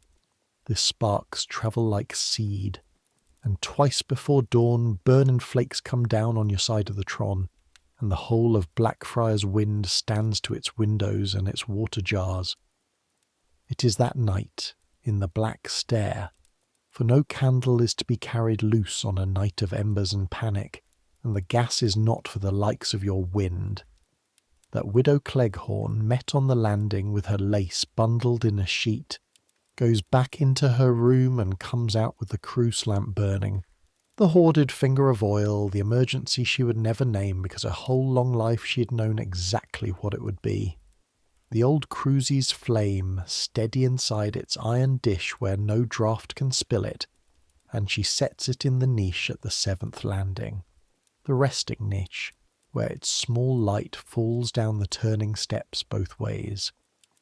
And by that one flame, from midnight until the danger passes, the top 4 floors of Cant's Land go down and come up, bairns carried down, jars carried up, your father's cans, Hector taking kists on his back like parcels, every foot of it on the spliced rope, hand over Tam's splice, the whole stair moving in order in the half-dark, no one running, no one falling, Mr. Todd at the foot counting heads aloud each time like a shepherd at a fank, order on a stair.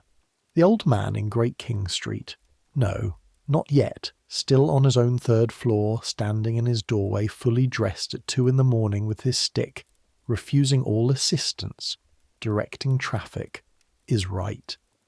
It is the only thing a city is. Toward Wednesday's dawn, God remembers Scotland, and it rains. Slow, filthy, blessed November rain, hissing into the ruins, and the fire, both fires, all of it, from the engraver's stove to the 11th story, goes down under it through the day like a beast lying down by inches. What is left, when the smoke thins enough to see, is a hole in the heart of the old town, the closes between Old Assembly Close and the Cowgate gone to their cellars. The south side by Parliament Square, a row of standing chimneys and gables like the ribs of a wrecked ship on end. The Tron with its stump. The air for a mile tasting of wet char, a taste you will know again all your life in one heartbeat, whenever any bonfire gutters in rain. And that same Wednesday, while it still smokes, the town counts its homeless properly, and finds them in the hundreds of families, and they are housed where a town houses its own overflow. In Kirks, in Parliament, House itself among the lawyers' empty benches, in the Corn Exchange, in whatever rooms open, and some score of households, out of choice or no choice, in canvas and blankets on the slopes of the King's Park below Arthur's Seat, where for a week the strangest sight in Scotland is to be seen. Cook fires of burnt-out Edinburgh folk, dotted on the winter hillside below the crags, like an army camped against its own city, their bairns playing at the edge of the frost, and the whole black ridge of the old town smoking gently above them like a spent candle. Your land stood, your wind stood, the margin held at the Tron, and east of it every stair kept its people. You will not pretend to the listener that this was justice. It was wind and rain and 200 yards. But when your father comes in on the Wednesday night, washed to the elbows and no further, and the four of you, for Widow Cleghorn eats at your fire now and none of you has discussed it, sit to broth in a garret that still exists, under slates that still keep rain off, he does a thing you have never seen him do.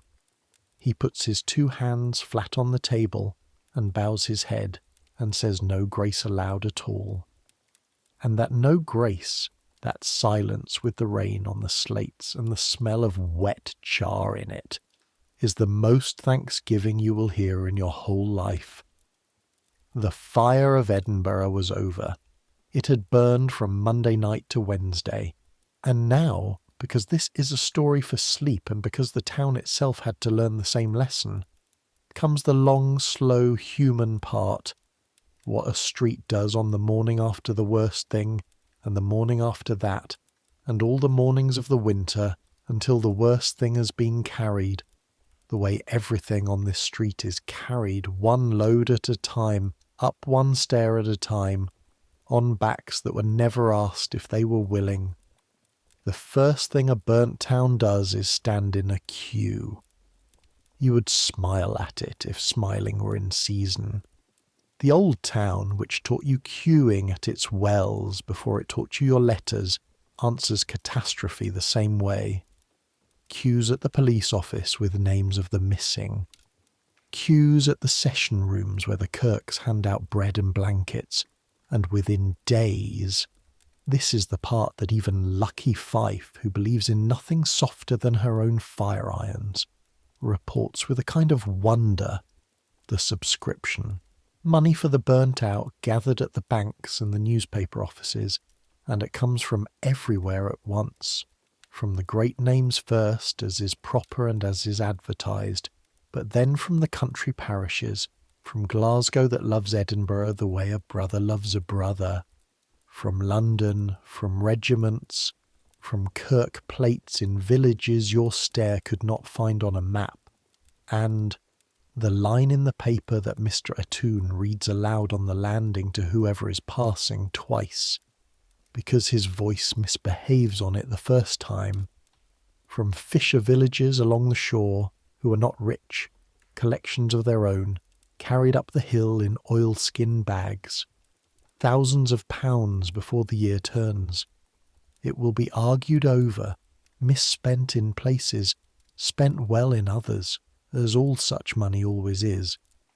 But on the stair what matters is the plain arithmetic of it. The same arithmetic you have lived all year, run at last in the other direction. All your life you have watched wealth walk downhill. For one winter, at the end of 1824, you watched some of it climb. The second thing a burnt town does is take down what the fire left standing, and Edinburgh turns even that into a spectacle, because 100-foot gable of a burnt 11-storey land cannot be left leaning over a public street with the winter gales coming. So through the last days of November, the engineers and the Wrights rig their tackle, and whole cliffs of standing ruin are pulled down by main force. Ropes and chains and files of men on the heave, and once or twice powder. And half the town turns out to watch a wall that outlived the flames come down in one long avalanche roar into its own close, throwing up a grey surf of ash and lime that settles on the crowd's shoulders like the gentlest imaginable snow. Tam is in it every day he can be spared from the slates, for the Corps works the ruins as it worked the fire, and your father is there the day they drop the great gable by the old fish market, and comes home quiet, and says at last that he had carried water up that stair for 11 years, to a Wright's widow on the 8th floor, and that it is a queer thing to watch a stair you know by your feet, in the dark fall through the air in the daylight, all at once, like a thing with no history to it at all. It is that night, or near it, that he does the thing with the tally sticks. You're at the fire with the mending. He has the bundle out on his knee, as on any Saturday, and you watch his thumbnail travel the notches of one stick and stop and travel them again. Then he draws 4 sticks out of the twine. You know the 4. The stair knows everything. 4 households of his water credit customers burnt out of the closes across the street, scattered now to Parliament House benches and the King's Park canvas and a sister-in-law's floor in the Pleasance.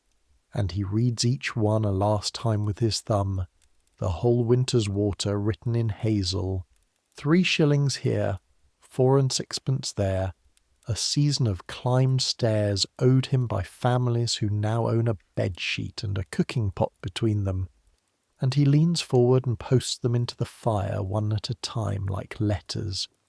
The flame takes the notches last you notice, the cuts char first and glow, every rake he climbed lit up once briefly, in gold, before the stick is only a stick burning. He says one thing to the fire, not to you. They can pay me when the water runs uphill, and he ties the twine round what is left of the bundle, and that is the end of the accounts, except that it is not quite the end, for the story runs down the stair as stories do. Widow Cleghorn to Miss Lamond to Mr. Todd, and Mr. Todd stands a long while over his own black ledger that week, the book of life with its fire-scattered debtors. And what passed in that shop passed quietly and was never advertised. But you will notice, all winter, that certain leaves of that ledger have been folded down at the corner, and that the folded down families are never once dunned. And you will conclude that the arithmetic of the book of life had been, in some pages, quietly converted from sterling into something older. And Mrs. Colquhoun of Heriot Row, hold that thread now and watch it come home. A week after the fire, when the shops on the bridges have their windows mended and trade limps back onto its feet, the bespoke order stands. A dozen fine shifts against the daughter's marriage, 6 of them yours, the same hands as did the police.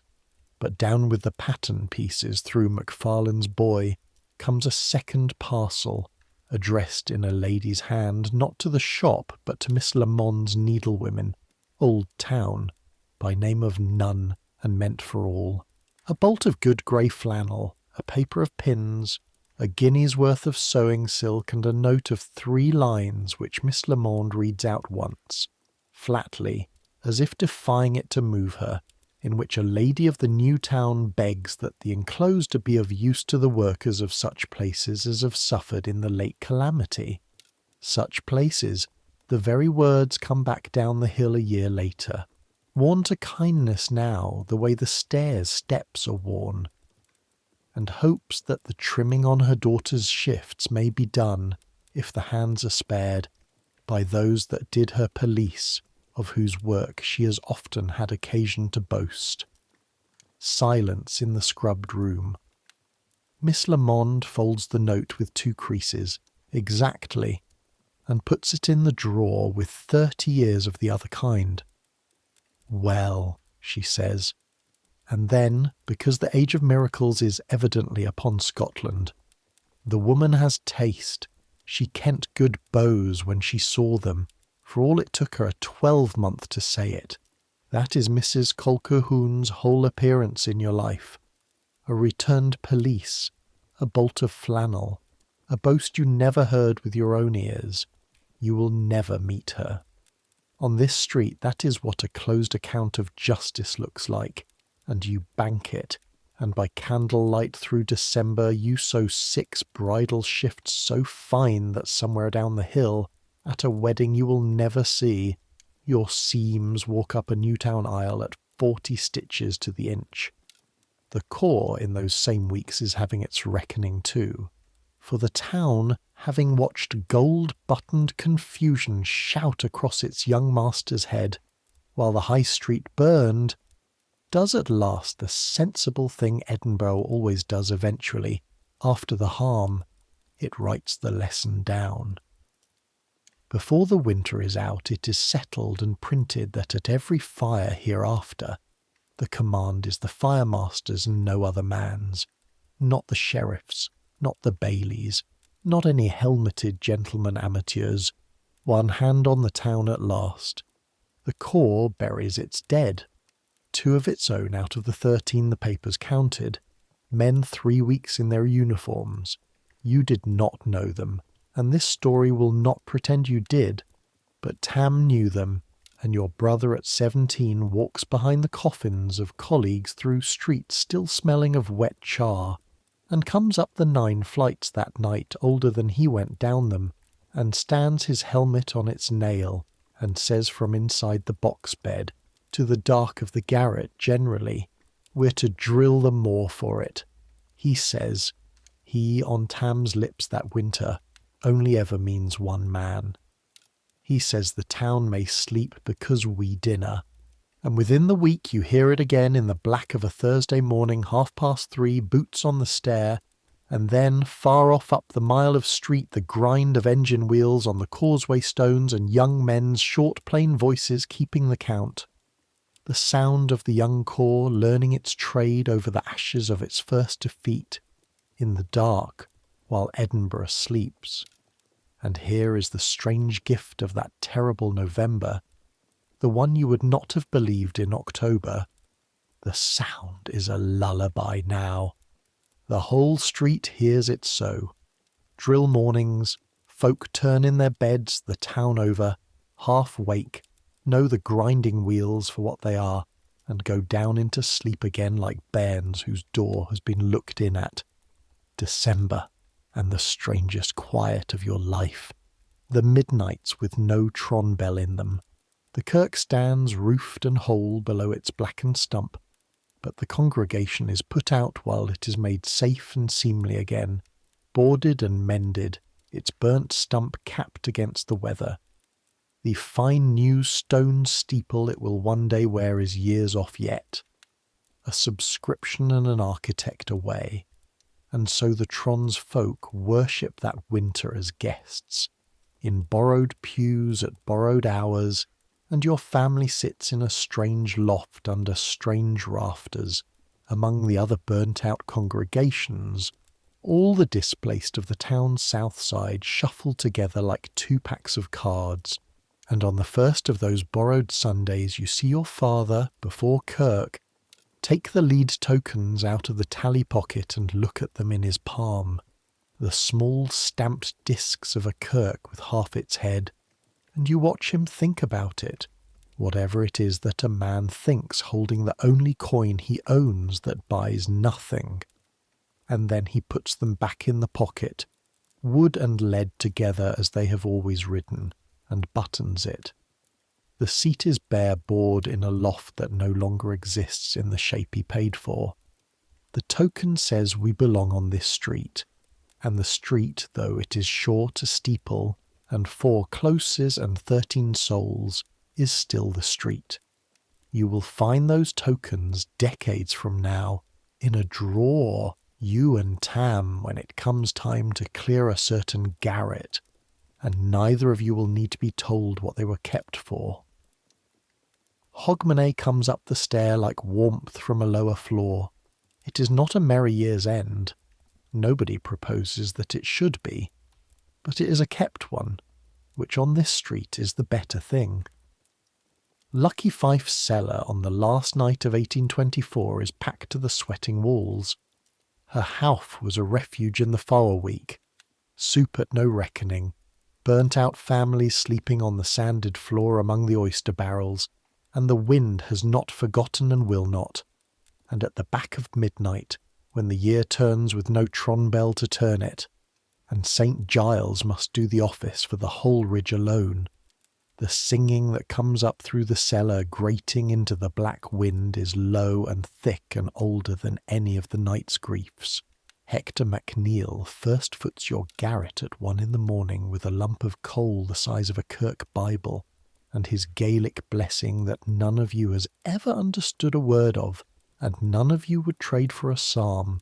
And thus, on coal and whisky and borrowed bells, the old town hands its terrible year to history and takes delivery of 1825, which will be, though nobody in the room dares say it aloud, a better one. The winter that follows is long, and it is ordinary, and you will never again in your life undervalue an ordinary winter. The frost comes back, and the queue at the well grows quarrelsome at the edges and patient at the heart. As always, the candle account eats its 2pence out of every shirt, as always.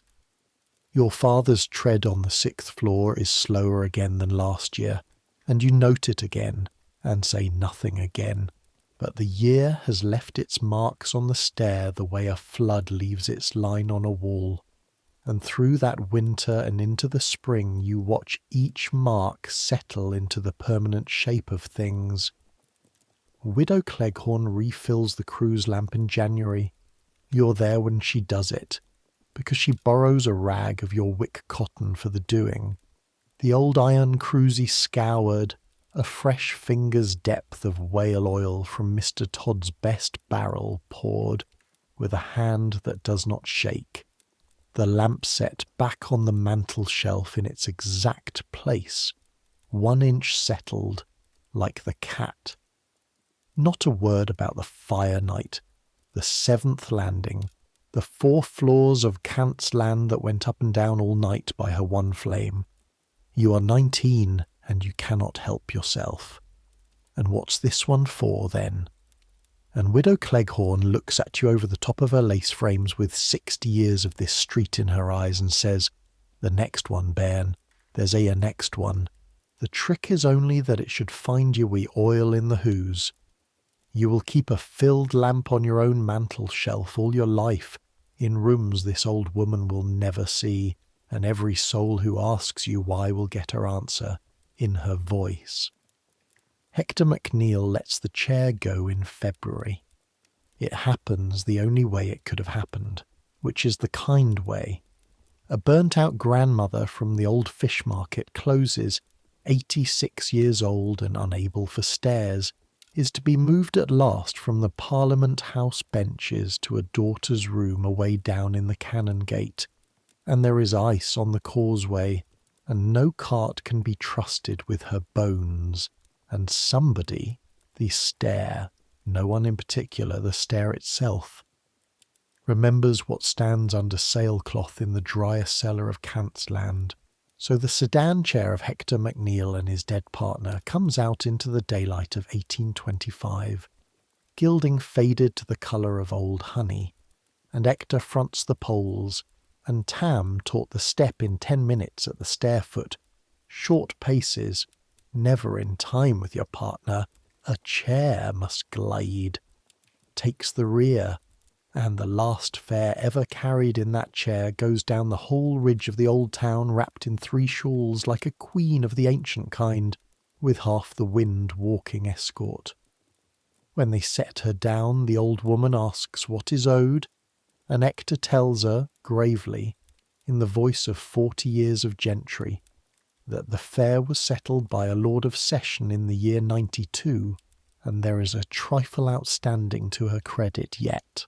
In March he sells the chair itself to a coachyard in the grass market that wants the poles and the glasses, and stands the money in drink for the whole howf the same night, plainly on purpose to be rid of it before morning.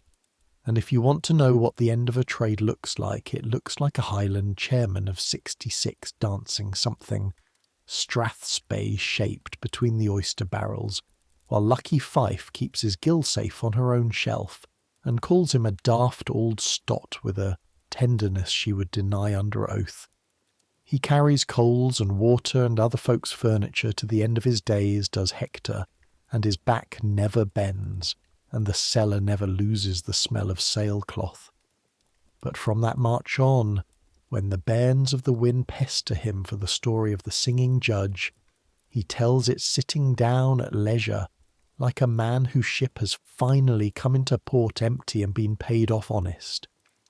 Mr. Atoun flits at the Whitsunday term, as fixed, and the stair, which has dreaded it all spring the way you dread a funeral in fine weather, is given instead a day it will talk of for years, for the old man, it transpires, has ordered the flitting his own way, executors be damned, no hired barrow men for the books.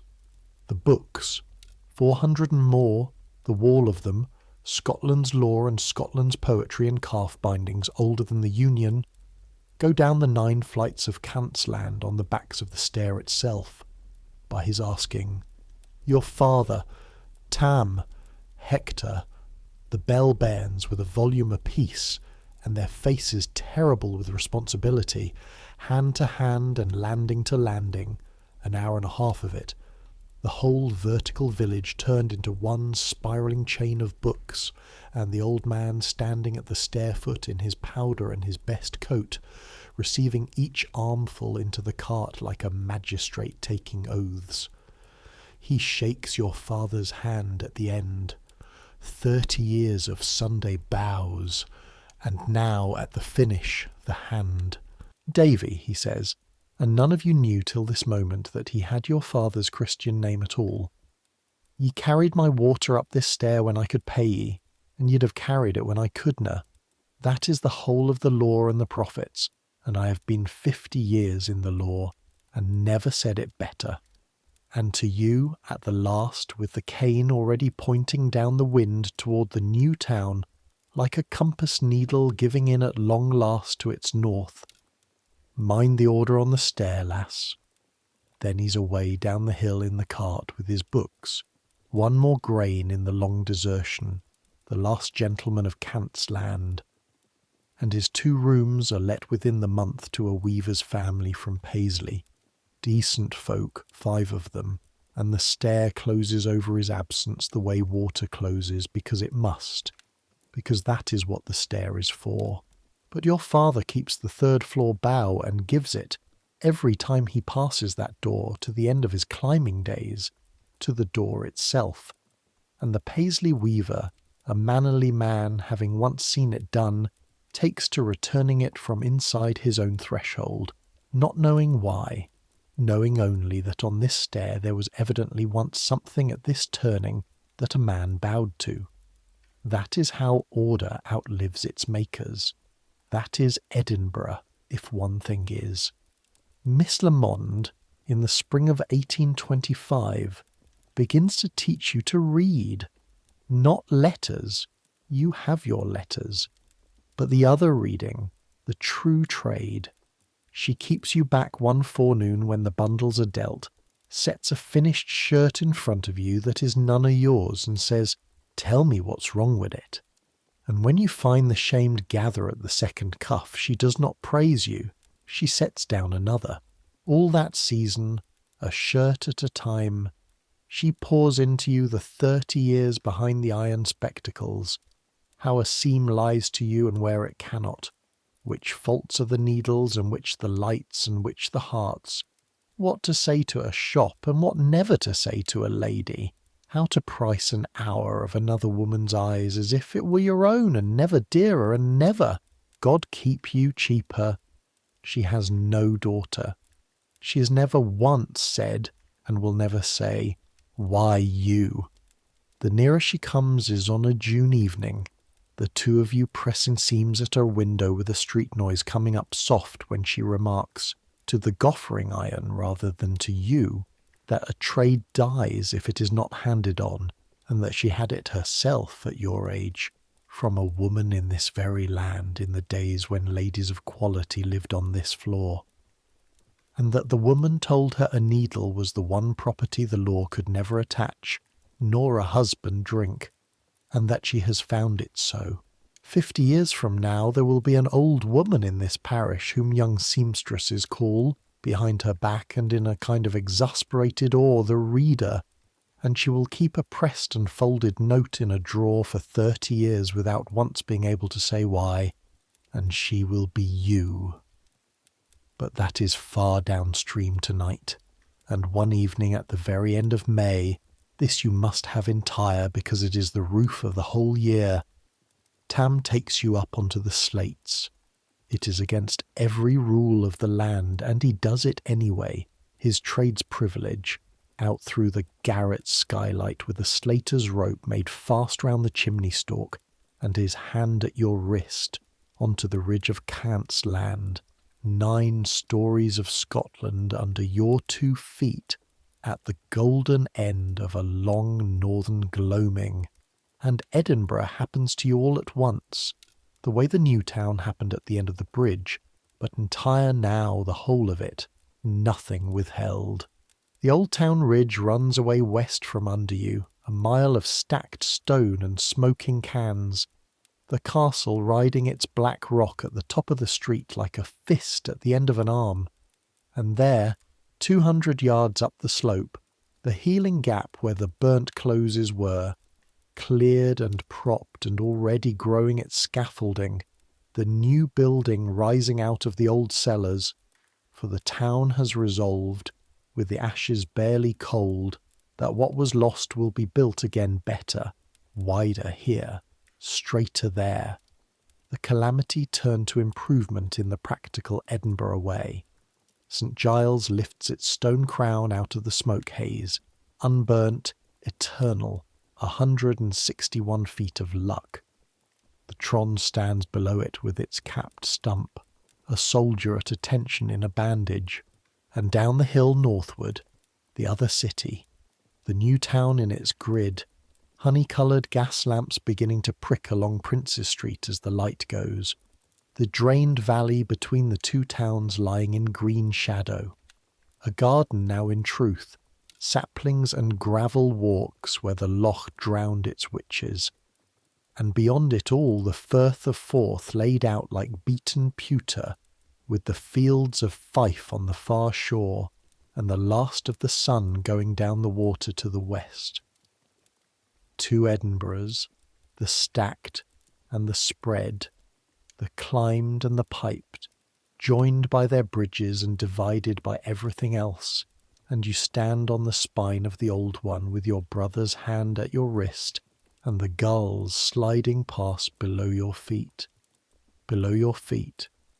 and you understand, the way you understand weight in your wrists, what you are looking at. You're looking at the hidden life from above. Every window with its glim coming alight down all those cliffs of stone is a family at its fire, a stair's worth and a street's worth and a city's worth of them, each one carrying and being carried, and not one of them can be seen from the meadow or a drawing room or a history book, and you are barely a thread in the great grey shawl of it. One sewing girl on one roof, of one land, in one wind, but you are in the weave, you are part of it, and the smoke of all those fires goes up into the gloaming together, yours among them, one breath from 10,000 hearths, old Riki breathing, and Tam, who has eaten his piece on rooftops all over this town and is not given to poetry, says the only thing anybody needs to say up there, which is, "You see why I like my trade." Then down through the skylight, because the dew is falling, and that is the year, the whole turning of it, from a November to a May, from the yoke on the stair to the rope round the chimney stalk, from the worst fire in the town's memory to an evening when the same town lies below you like a sleeping herd, breathing smoke, safe as it knows how to be. The story is nearly carried now. There are only the quiet floors left to go down. On quiet evenings that summer, when the light lasts and the bundle is done early, you sit sometimes at the garret window with your hands, for once, empty, and watch your street put itself to bed. The fishwife going home light up the wind. Mr. Todd's shutters, 1, 2, 3, and the bar dropped. The gulls settling on the ridges in their long quarrelling rows. The lamplighter working down Prince's Street in the blue distance, pearl by pearl, and the first candle glims answering him from the high black cliffs of your own side, story above story above story, until the old town stands over its gardens like a wall of small stars. Down at the stair foot the rope's iron rings clink as the last neighbours climb. Somewhere below, the Paisley Weavers' bairns are being sung to in a tune you don't know, on the floor where the law was once written by candlelight. Somewhere above, the frost of some future winter is already waiting in the slates, patient as everything in this town is patient. And you sit in the smell of the day's last fires, 19 going on 20, with your mother's blue shawl over the chair back and the needle sleeping in its paper, and you feel the whole land breathing under you, and you're not afraid of it any more, and you were never able to say before that you had been. You have everything you need tonight. You are warm enough. The fire is banked, and the winter is far. You are fed enough. There is meal in the sack and herring in the crock, and Sunday had meat in it. You are safe enough. The rope is spliced, the lamp is filled, and away up the street, on the drill mornings, the wheels grind through the dark so that this town may close its eyes. Warm enough, fed enough, safe enough. On this street, in this year, that is not a small saying. That is the whole psalm, and the day that is coming will keep. Tomorrow there will be water to fetch, and the queue at the well, and the news coming down as the water goes up. Tomorrow there will be seams to run, and buttonholes to make like small mouths, and Miss Lamond will read them, and find the fault, and be right. Tomorrow the yoke will knock the turnpike wall at 5, wood on stone, and the cans will ring their soft muffled bells, and your father will try to be quiet and fail and try. But that's tomorrow. Right now there is only the window going dark and the stair settling, and this bed, this old box bed with its thin panel and its deep warmth, the one you were born in, the one your mother enough. Right now there is just this. So lie down now, the way she lies down. The sheet is cold for a breath, then not. The panel is at your shoulder, the wall at your feet, and the great stone land stands round you on every side, 9 stories of it, 80 souls of it, holding you the way it has held its folk for 200 years, the way a hand holds a coin. Listen. The rings on the rope far down, fainter, the gulls shifting once on the slates, a yard above your face. St. Giles, away up the ridge, letting the hour go one stroke after another unhurried, each stroke given time to widen out over the roofs and thin away down the closes and be gone before the next. The town is counting itself to sleep. You may count with it, or not. It will do the counting either way. Let it come now. Let sleep take you the way it took Ailie Purves in her garret at the top of Cantsland, above the wind, below the gulls, all those nights ago. Let the stair go quiet beneath you, landing under landing under landing, doors closed on banked fires all the way down into the dark. Let the street go quiet beyond it, the whole grey mile of it, castle to palace, every close and court and turnpike of it breathing slower. Let your hands unclose. They have carried enough today. Let the day's weight slip off the yoke, one can then the other, and swing away into the dark, lighter, lighter, gone. Let your thoughts slow and soften and settle like ash in a grate, warm at the heart of it, going grey at the edges, sinking. There is nothing now that needs you before morning. There is no one on the stair. The lamp has oil in it.